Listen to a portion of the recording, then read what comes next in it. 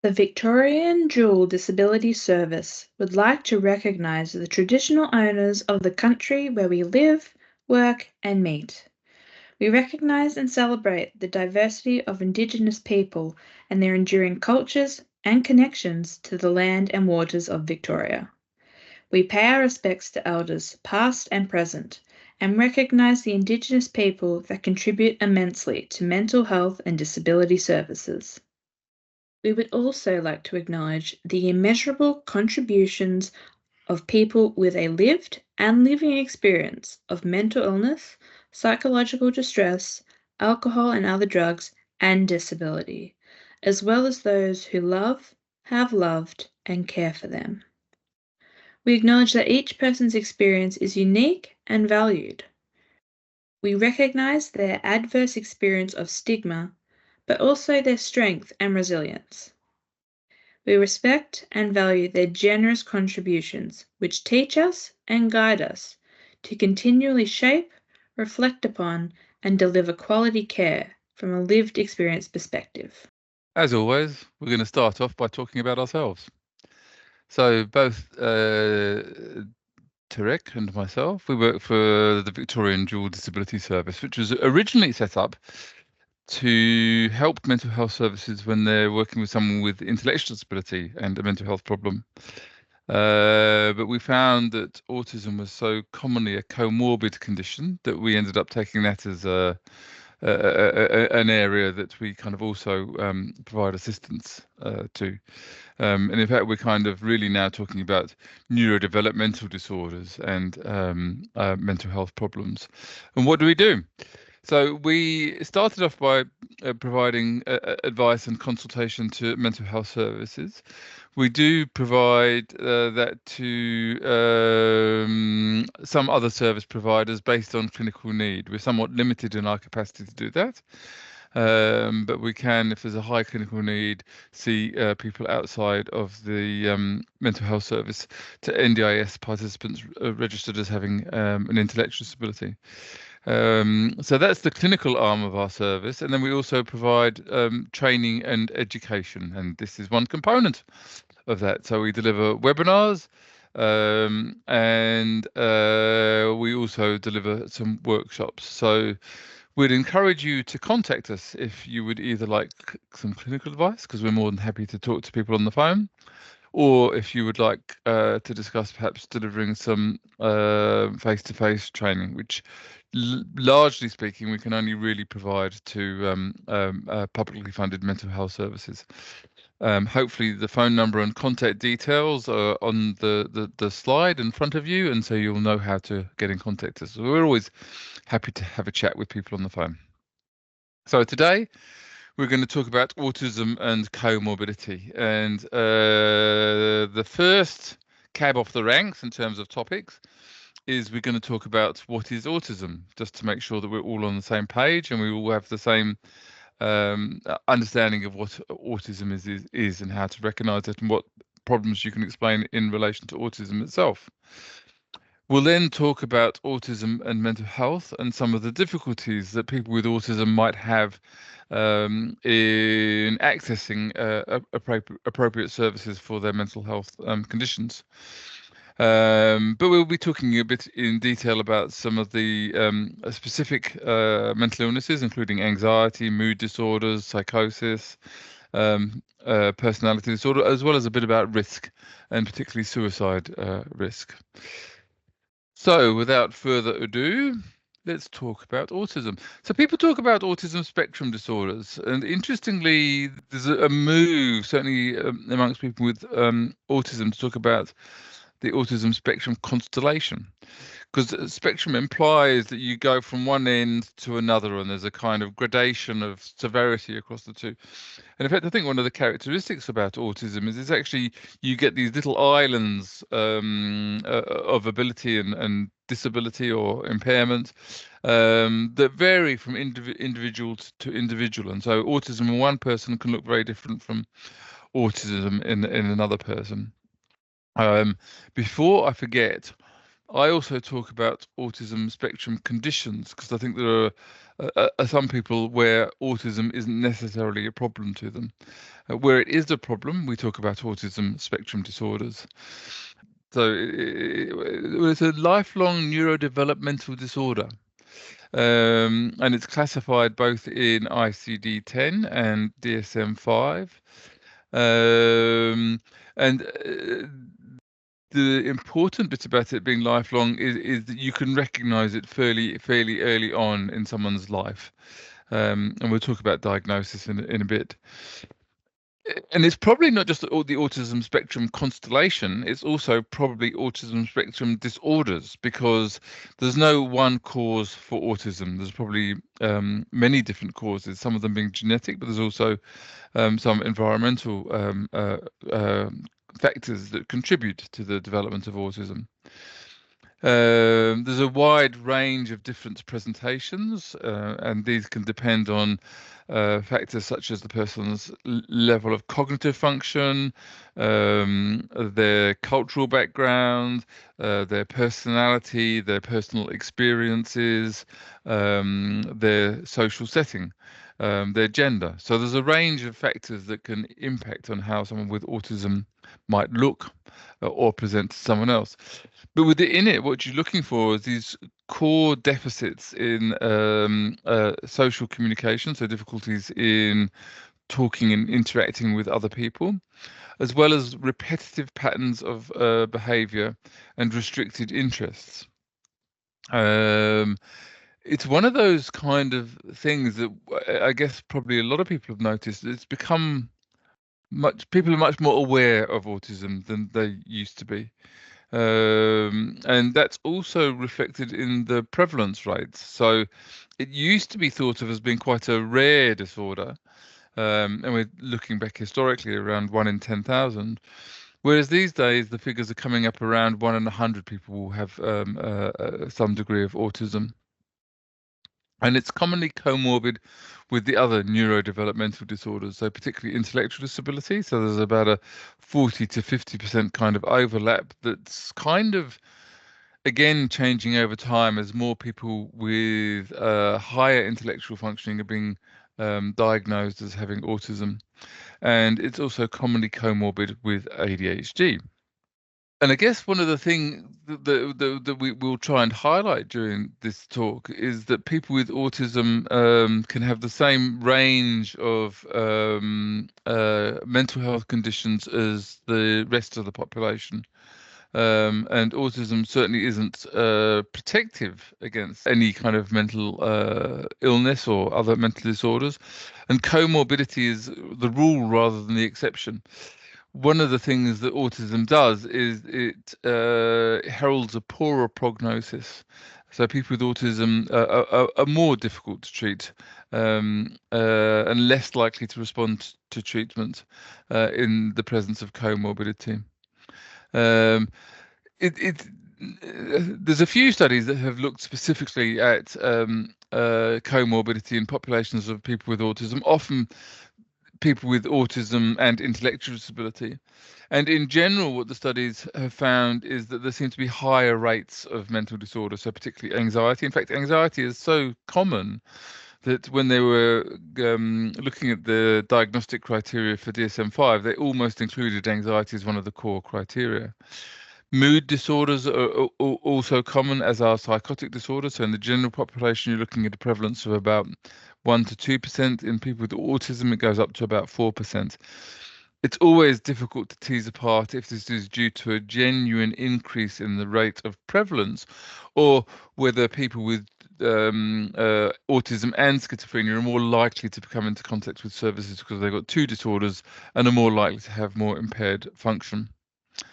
And it's not just the person with autism who may experience poor mental health, but often the burden of looking after them falls upon the families, and we find high rates of mental health problems in families. And I use the word mental health problems because sometimes it might not meet the threshold for a specific diagnosis, but they're often struggling with their mental health. One of the things that people with autism can experience is difficulties in getting their mental health problems addressed and dealt with appropriately by health professionals. And there's a number of reasons for this, and you can think about this in relation to personal barriers, professional barriers, and systemic barriers. So some of the personal barriers might be things like the ability of the person to actually recognize that they have symptoms, to be able to communicate those to other people in a manner that makes it clear that they're experiencing distress and are looking for help. They may not see because of their difficulties with social communication and understanding how things work, they may not engage in help-seeking behaviour. So those are some of the personal factors. If we think of some of the professional barriers, one of the things that we tend to do is if someone's got an existing diagnosis, we often attribute any additional problems to that already existing diagnosis rather than think about other potential comorbidities, and that's called diagnostic overshadowing. In addition, certainly in Australia, autism and intellectual disability are rarely included in undergraduate curriculums or in professional training. And a lot of health professionals haven't had much exposure to people with autism, and they're not familiar with working with this group. And that can create a barrier and a lack of confidence when someone with autism presents with looking for assistance. Most of the modern classification systems were based on research, and often this research would have excluded people with autism. So it's not quite clear how applicable they are to people with autism. So there's interesting bits like, for example, people with autism can have difficulties with theory of mind. So how does that then translate into experiences of other people controlling them or experiencing paranoia if they have less awareness of the kind of social world? So some of the symptoms that we see as being characteristic of certain disorders may be modified by the fact that someone has autism. And then there's a number of systemic barriers. So it's rare for certainly mental health services to have specific pathways for people with autism. We often see, particularly people with autism and intellectual disability, we're told that they can't get admitted to the ward because it's full of young people with psychosis who are using drugs, and they would be vulnerable in that kind of setting. So often people are excluded on the basis of their disability rather than thinking about, well, actually, how could these environments be modified so that they can be more inclusive, and how can we make them more autism friendly? So there's a range of barriers to accessing mental health care for people with autism. Surveys that have been done of people with autism found very high rates of their problems being attributed to their autism. So 42% had their problems dismissed by practitioners. A number were told that they weren't eligible for mental health services because they have autism. And things like depression and anxiety are normal for people with autism. So it's almost like they're too complicated to treat. The surveys that have been done in relation to the diagnosis of autism have found that there are a range of mental health conditions that are common in this population. If we're looking to, so a lot of people will already come with diagnoses of autism, but it's important to think about autism as a possible comorbidity and perhaps being undiagnosed, because that then may modify your treatment approach. And one of the difficulties, I think, particularly in assessing for autism in adults, is that without training and exposure to the process for diagnosis of autism, it can be very difficult. It's easy to mistake some of the comorbidities for symptoms of autism. So, for example, you can see autistic symptoms in schizophrenia, in obsessive compulsive disorder, and in mood disorders. And so there's a considerable overlap in the disorders. or in the symptoms of the different disorders. There are national guidelines that are available for the diagnosis of Autism Australia, and there's also NICE guidelines for the diagnosis of autism spectrum disorders in adults. And both of these really emphasize that a comprehensive approach needs to be taken. Ideally, it's a multidisciplinary assessment, but it's also recognized that certainly for adults, it's often not very easy to access those kind of facilities that could provide that kind of assessment. So single practitioner diagnosis is acceptable. In relation to thinking about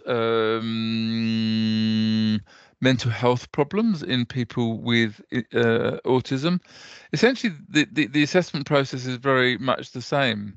And what you're looking for is the onset of new symptoms, or in some cases, just the exacerbation of pre-existing behaviours. So particularly in that more disabled population that have a limited range of behaviours, for example, and are unable to express themselves verbally, all you might see is an exacerbation of pre-existing behaviours. It's always important to think about medical causes, particularly those ones that cause pain. And an important part of any mental health assessment is to do a physical examination and arrange for appropriate investigations.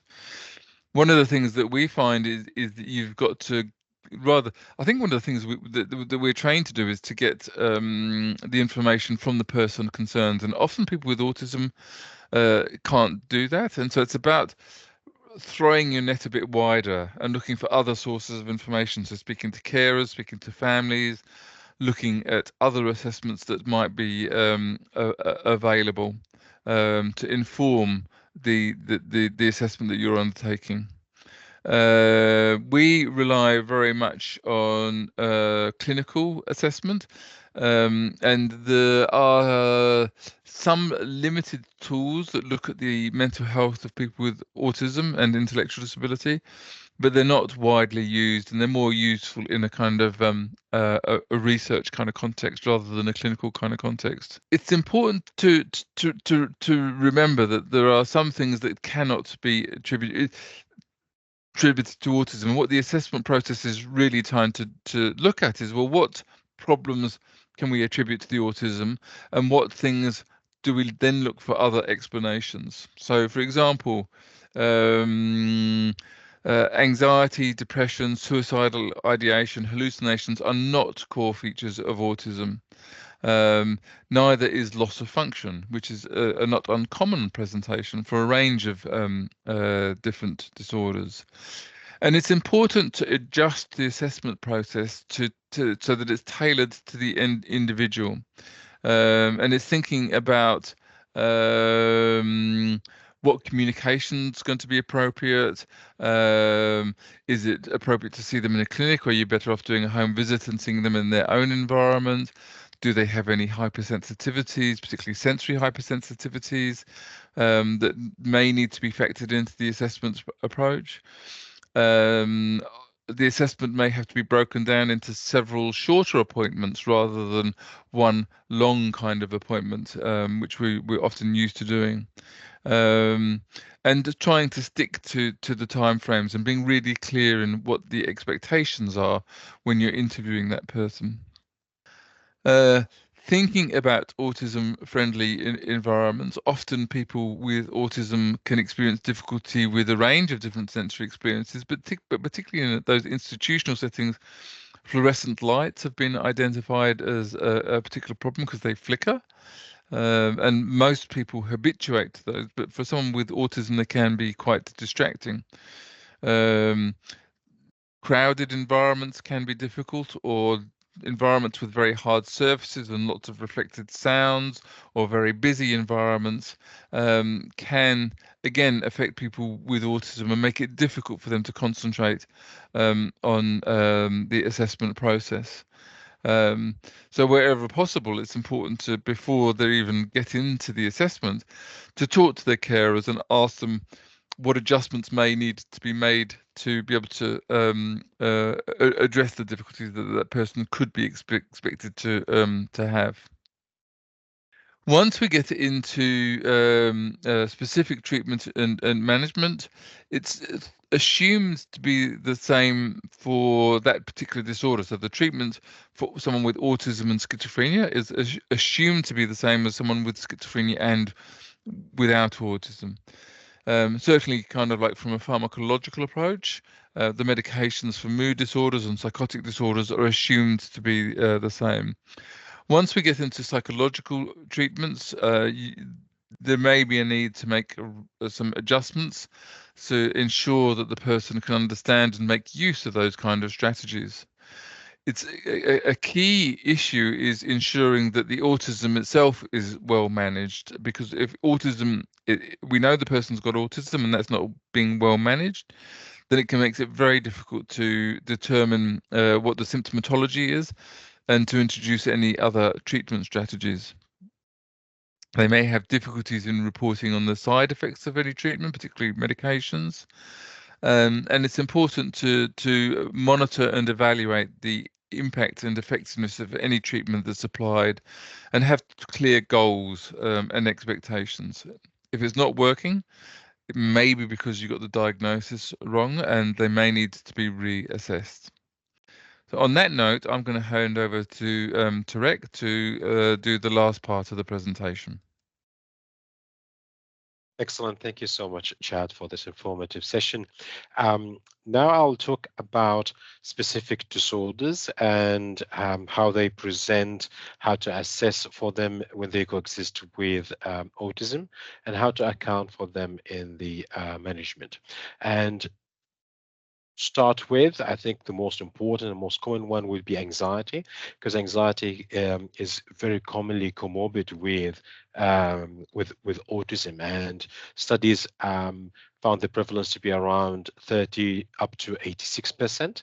And anxiety, as Chad mentioned earlier, is a common symptom that happens in people with autism, particularly when there is unexpected changes to their routine, when they don't know what to expect and what's going to happen next. Or sometimes it can be sensory driven when they are kind of experiencing distressing and unpleasant sensory input.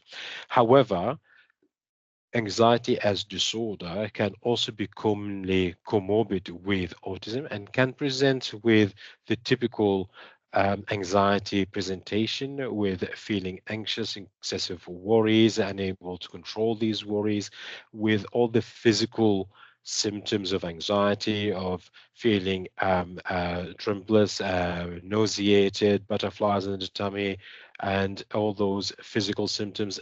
But in general, if the person with autism is able to reflect, understand their emotional state, and communicate that to the clinician, then that their description of autism can be quite clear as something emerging later on in life, associated with particular situation or place, and that can help aid the diagnosis. However, not everyone with autism may have the capacity to understand and reflect on their emotions, or if they do, may not have the capacity to communicate that, particularly when you're talking about a stranger for them. Hence, the presentation can be typical with all the symptoms of anxiety that we know, or it can be atypical with one of those presentations where the patient is presenting with a exacerbation of the pre-existing behaviors of concern, aggression, agitation, property damage, self-interest behavior, or it can also present as kind of meltdowns, feeling overwhelmed and distressed and running away and absconding.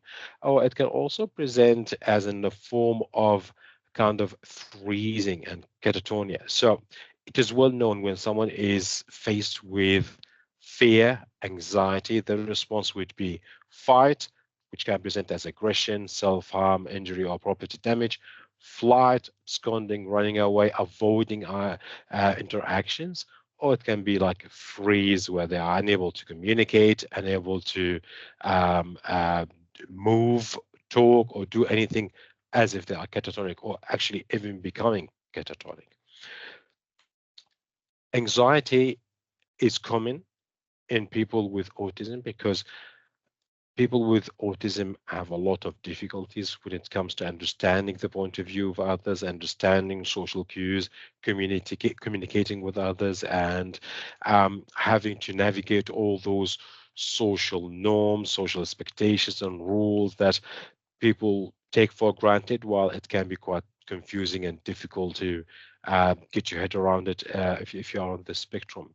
And also adding to that, on top of the social and communication difficulties, they also have a lot of restricted, repetitive patterns of behaviors, anxiety induced by unexpected changes, sensory issues, and having to navigate and deal and adapt to all these at the same time, while having limited social network, limited coping capacity, and dealing with all those kind of anxiety provoking situations. However, when it comes to managing anxiety in autism, the principle goes back to, as Chad mentioned earlier, where you start by addressing the autism, optimizing the environment to help them cope with distress, help them to feel at ease. And that usually involves providing a structured, predictable environment as much as possible to help them to calm down. And you also need to look at the sensory aspect of the environment, having assessed and known the sensory profile of your patient, what usually triggers their anxiety, what usually triggers their distress, and what helps them to calm down and feel relaxed. So it's important to provide an environment that helps them to relax, flourish, able to communicate and interact, and usually predictability helps them to do that. Usually looking at the sensory nature of the environment help them to do that. Also looking at their special interests and what usually engage them, what usually helps them to calm down and work with that.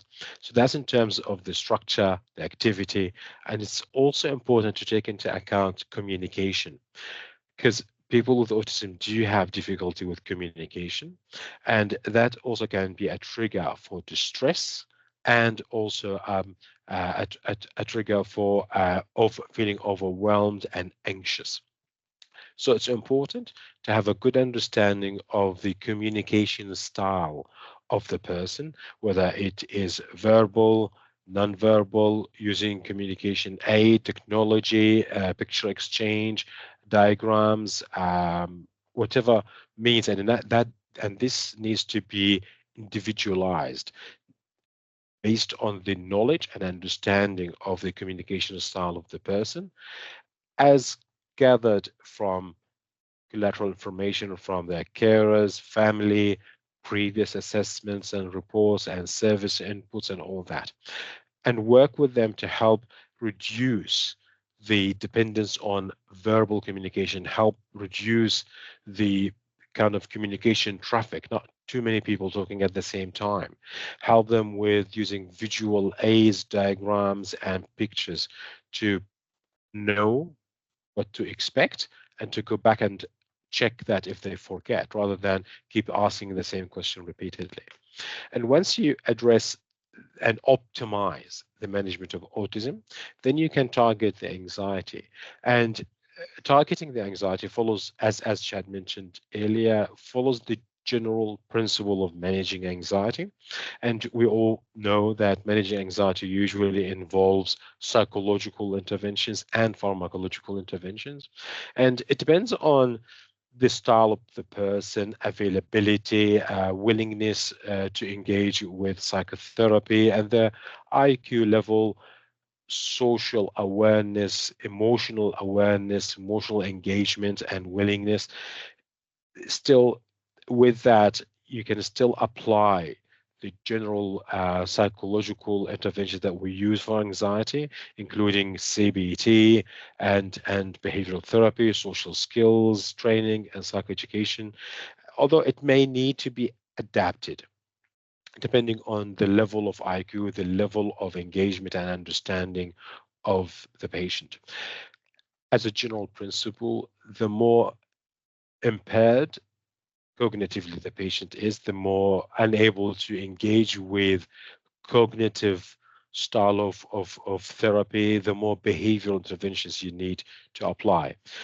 And we will talk in more details later on about how to modify some of the other psychological interventions. But in general, if you are going to use CBT, particularly for someone with normal IQ, borderline IQ, or even just mild range of intellectual disability as a comorbid with autism, then you can modify the CBT, making the sessions more appropriate using examples that are more relevant to the patient, engage their special interest, use a lot of diagrams, stories, pictures to get them to understand the concepts. And most importantly, you need to recruit their carers and family to understand the therapy, understand the sessions, understand the interventions, and use it outside the session to as a co-therapist to help you to as a therapist to help you emphasize the plan, the intervention, the training, the work, the homework, and to try and generalize those gains into different sessions. And with repeated practice, that usually works very well. In terms of medication, medication can be a bit different here compared to the neurotypical person, because antidepressants, as well known, when you start the antidepressants, usually at the beginning they may increase the anxiety, and that can be overwhelming to the patient who has autism, difficulty understanding their emotions, difficulty communicating their emotions, and having on top of that a comorbid anxiety. So if they are not warned in advance about this, if they are not expecting it to happen and then they can become surprised, and that can lead to kind of a very strong reaction to it. So it's important to address that by first providing psychoeducation about what to expect. Second, you can start with the smaller doses of an antidepressant and work it out slowly. Or the third option is to complement it with benzodiazepine or a small dose, anxiolytic dose of antipsychotic like risperidone. Now, in general, people with autism do respond to antidepressants as a treatment for anxiety, although there's some suggestion that they may need to start smaller dose, go slower, because they are more likely to experience side effects and they are less likely to report on those side effects. Hence, it's important to actively looking for those side effects and ask about them in every session.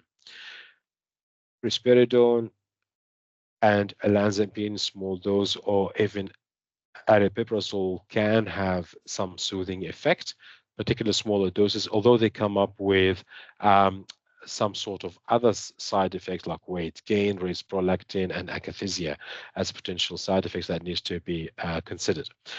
Benzodiazepines can be effective, although long-term use of them can cause dependency. Hence, it's important to look for that.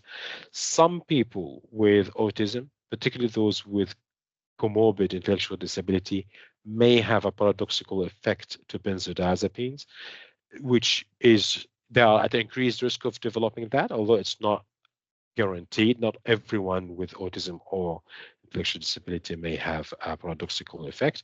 But if that happens and benzodiazepines increases the agitation, aggression, and disinhibition, that should be documented and avoided in the future. Another common comorbidity is OCD, obsessive compulsive disorder, and people with autism are at increased risk of developing obsessive compulsive disorder. However, it's important here to acknowledge that people with autism do experience repetitive, restrictive patterns of behaviors. They have special interests they want to engage in all the time. And they also have sensory issues, sensory needs, and sensory ways of helping them to calm down. Sometimes in a cross-sectional manner, those features can present as obsessions. And certainly many people use the term obsessions when they describe the special interest of a person with autism. However, there are two different processes, because special interest is a behavior and interest that the person with autism engages in because they like it. It is soothing, it's calming, they enjoy it. While obsessions in terms of obsessive compulsive disorder is a form of a worry, a distressing thought, experience, image, or things like that. So they they both have cross-sectional presentation that the person is engaging in those things repeatedly, although the underpinning process is different between the two. That may be clear if the person with autism has the capacity to understand and communicate on their experiences, but sometimes that's not possible. Hence, it can be difficult to differentiate between the two. And certainly some people with autism who have special interests, those special interests and the level of preoccupation with them can become intensified over time to the point that it may become an obsession. In general, to differentiate between the two, usually the obsessions as part of obsessive compulsive disorder, they usually revolve around washing and checking, while those special interest of autism can be about ordering or lining things up, and also engaging in repetitive movements like flapping their hands, or having an intense interest in sensory input. Certainly, that can lead to some confusion, but if you look at the process itself and the behavior itself in details rather than in a superficial manner, that may help you to differentiate between the two. An example is if someone is spending hours in the bathroom washing their hands or having showers for hours, people may make the assumption that they are worried about catching a germ and they want to keep washing their hands. This is a very common behavior in people with autism, but for different reasons. Sometimes they do it because they like the feeling of the running water on their back or their hands, and they find this certainly very soothing and calming. So it has a sensory input to them, and it's different than someone washing their hands repeatedly in a particular way, and they actually are having the thought that if they don't do that, they will catch a germ and become ill, and things like that. So there are two different ways can differentiate between obsessive compulsive disorder and special interest. Also, the trajectory, usually the special interest and the habits and the sensory input that people with autism like usually starts from early in development and continues with life, while OCD has kind of a later onset, and the trajectory and the other presentation that comes with OCD, with the compulsions and having to do these compulsions in a particular way and feeling restricted in that can usually help you to differentiate. Although sometimes it can be both, and you cannot differentiate, and you have to go, with a formulation. This is your understanding. You suspect they have a coexisting OCD. You can target that for treatment and see the effects based on a time-limited trial. In general, the treatment for OCD, as we said before, after optimizing the management of autism, would involve either using psychological, non-pharmacological approach or pharmacological approach, and sometimes you need to do both. In general, psychological interventions with exposure and response prevention, CBT, and all other psychological interventions can still be used with a bit of modification, as we've mentioned before. And also pharmacological intervention can also be used as per general management of OCD, while taking into account, as we mentioned before, starting a smaller dose, observe actively for any emerging side effects, and proceed with caution to observe the management effect. Depression and autism, on the other hand, is again very common, and the depressive symptoms in people with autism may present as per general neurotypical person, with reports of low mood, anhedonia, sleep and appetite changes, and changed level of activities. This can be easily picked up if the person has the capacity to understand their emotions and report on it. However, sometimes that can be complicated by alexithymia, when the person is unable to recognize or report on their emotional state and reduce ability to communicate that. And symptom may be sometimes difficult to differentiate between, having social difficulties and preferring solitary activities as part of their autism, or whether this is kind of a regressive state, or kind of anhedonia and reduced interest of depression. In general, any significant change from baseline, particularly when there's a report of persistent low mood, crying for no reason, or sometimes can be just irritable, agitated mood rather than actually depression, depressed mood. And also the increase in behaviors of concern like aggression, self-injury, and functional decline, particularly when it's associated with sleep disturbance, weight changes, and energy level changes. All this can give an indication that there is an emerging mood disorder, particularly if that is not in keeping with their baseline. However, you need to keep in mind that if the person with autism is still engaging with their special interest, that does not rule out depression. This usually is the last symptom to actually present. So they may stop socializing, may stop communicating, having very reduced energy levels, and significant change, mood, behavior, sleep, and appetite, and is still engaged in their special interest. That doesn't rule out depression and autism.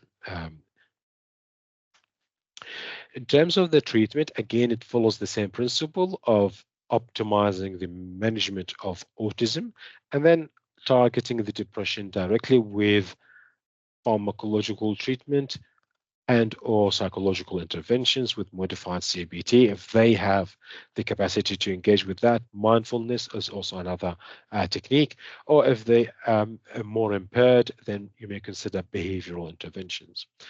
Now, in terms of pharmacological treatment, you can follow the general protocols of managing depression, again with the principle of starting smaller doses and build up gradually, and be mindful of activation syndrome with increased agitation and aggression, and any changes in the GIT. Bipolar is also another common comorbidity. While the exact prevalence is not clear, but it's definitely more than the general population, and it's particularly more common in females. Now, it's easily to be picked up in those with high functioning autism, who may present with very clear bipolar cyclic changes in their mood associated with all those vegetative symptoms. However, the more severe the autism is, the less communication capacity and the more cognitively impaired they are, the less likely that you will be able to pick up those symptoms. And sometimes with very severe autism, very severe communication difficulties, and even comorbid IED, usually the only indication of a coexisting bipolar is the cyclic changes of their baseline behaviors of concern. So they always have behaviors of concern, but at times they go through phases where those behaviors of concern escalate, associated with sleep disturbance, appetite changes, not sleeping at night, increased energy, being more driven, maybe even disinhibited, and that can give you an indication that they are in a manic state or depressive state. In less severe format, the presentation can be in between the two, with maybe a change in their level of activity, vegetative symptoms, and also some changes in the autistic features themselves. When they are in a depressed state, they may appear more autistic, less engaged in social interactions, less engaged in communication, more retrieved to their special interest, more isolative, as if they suddenly shifted from being mildly autistic to moderate or severe autism.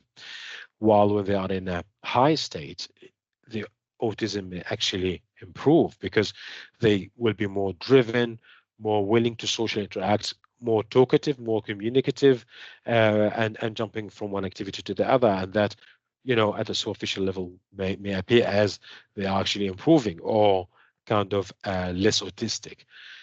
Different people present in different ways.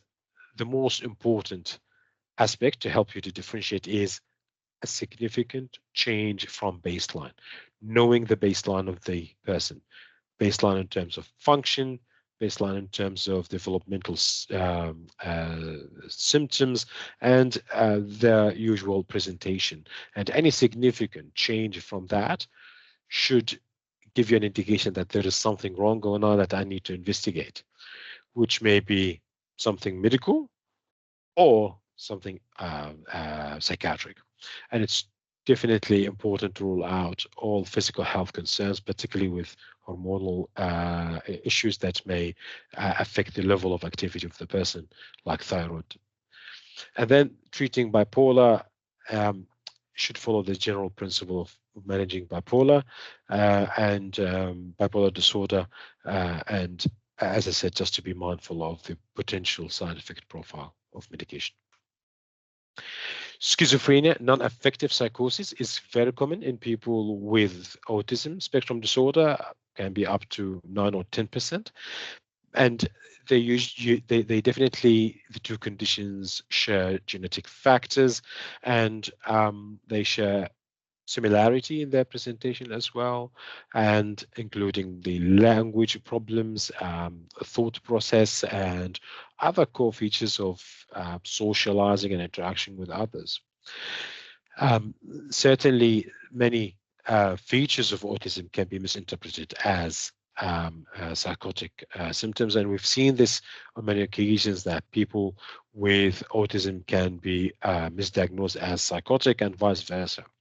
However, in general, a new onset of perceptual abnormality, changes in their beliefs and behaviors, disorganized, unusually disorganized behavior, not in keeping with their background, and changes in their kind of functional capacity and particular communication capacity.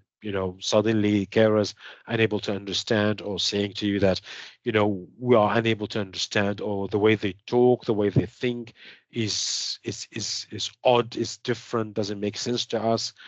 That usually indicates that there is something else going on that you need to kind of investigate further.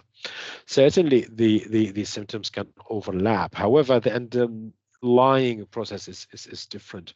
So people with autism may not reciprocate eye contact, may not reciprocate communication and social interests, while people with psychosis may present with that. Usually in people with psychosis, it's a significant change from baseline. So they may present with blunted affect, low mood, social withdrawal, or feeling paranoid about others, and that leads to disengagement from social interactions. And the same applies to communication. We all know about speech disorder in people with psychosis, whether it can range from provocative speech to word salad or neologism, and inventing a new language. These features, again, in psychosis, usually is not in keeping with their background, developed later on in life, usually associated with other symptoms of psychosis like hallucinations, delusions, disorganized behavior, and also happening with significant functional changes from baseline. Autism, on the other hand, may have odd speech with echolalia, repeating the same thing again. This echolalia can be delayed echolalia. They can repeat a sentence, a phrase they liked, they heard in the special program and say it out of context, which may appear as odd speech or even thought disorder. However, carers, family would know that this is the usual presentation. Those phrases can trace them back to where they came from and report to you that this is a common presentation, common behavior for that person. Usually there's no associated changes in their functional capacity, the way they talk, the way they think, the way they interact is usually consistent with their baseline, and all in keeping with what the developmental history supports. Having imaginary friends, for example, or talking to themselves, or verbalizing their internal thoughts and report these as internal dialogues. All these can mimic hallucinations or delusions, but again, developmental history will help you to differentiate the two. Once a comorbidity is confirmed, the treatment follows the same general principles of managing psychosis. However, the research suggests that people with autism and intellectual disability usually tend to receive less assertive treatment for their psychosis.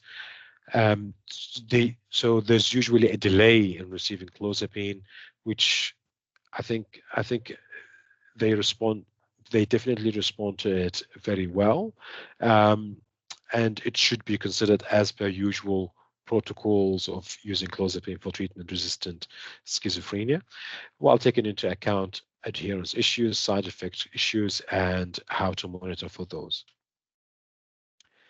Borderline personality disorder and autism are quite common comorbidity. People with autism are at an increased risk of developing borderline personality disorder, and certainly borderline personality disorder, they're not immune against autism, and usually their features can actually coexist together with comorbidity, and sometimes can actually mimic. So one of them can mimic the other one.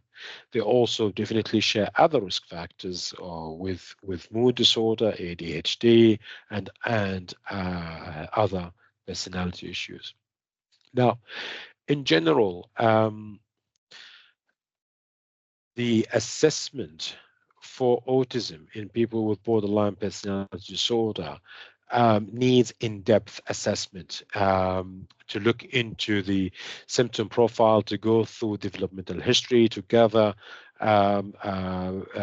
collateral information from different sources, and also to interview the person, ideally at several sessions, to account for different emotional states where they present in. But in general, screening tools for autism are usually not effective in differentiating between the two, because those are screening tools, very sensitive but not specific, and when they were created, they were not created for people with comorbidity. They actually were designed to be applied for general population. So hence, it's very important to take that into account if you do screening for autism in a person with established diagnosis of borderline personality disorder. In general, borderline personality disorder and autism share many features, including impulsivity, anger, self-injury, needing support from others, and having difficulty with socializing, communicating, even sometimes affective dysregulation can also present in both conditions. And those may not be differentiating between the two. The differentiating factors is to look for the core features of borderline personality disorder, those that are actually talking about chronic feeling of emptiness, or having quickly changing views of others, ranging from idealizing to devaluing. Those kind of recurrent intense relationships, and fear of being abandoned out of context, out of the kind of need for actual support. Those kind of features can differentiate borderline from autism. The same applies for autism, having kind of the sensory aspects and the special interest, stereotypical movements. Those things can also differentiate between the two. Although it's important to acknowledge that comorbidity is quite common.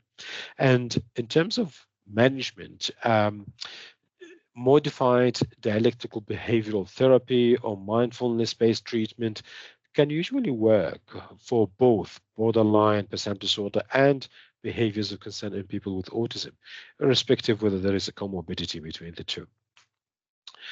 Catatonia is another common comorbidity. It's up to 10% with autism, and certainly it has an increased risk of mortality, including suicide. And it's often presents in adolescent, and it usually presents with the kind of the full range of catatonic symptoms.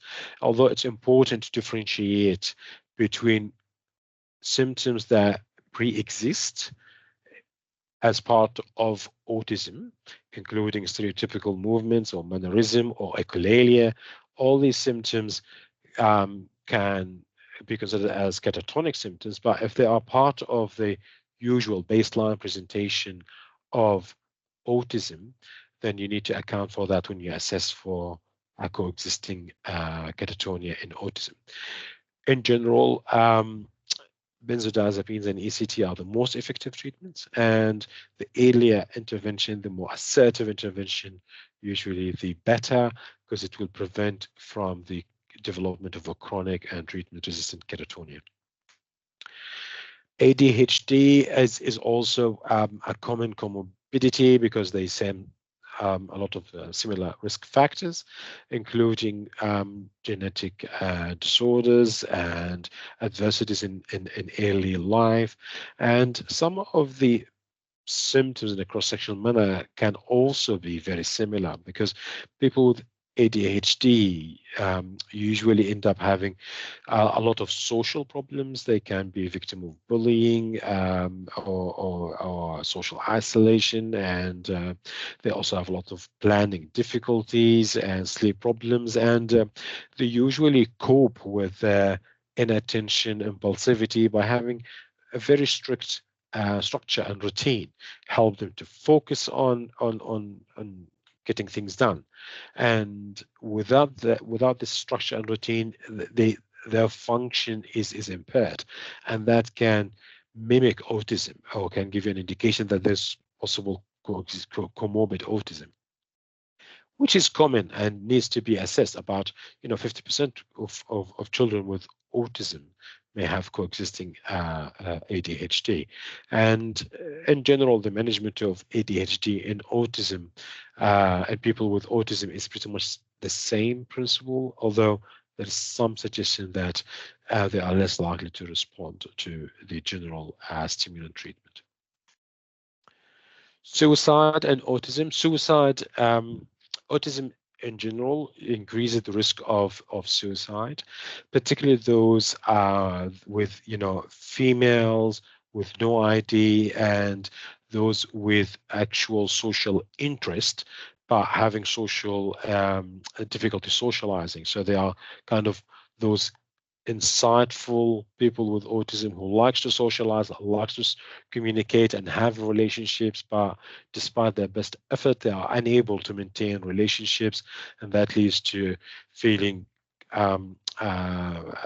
rejected, feeling disappointed, and highlights their deficits, and that can lead to feeling more suicidal.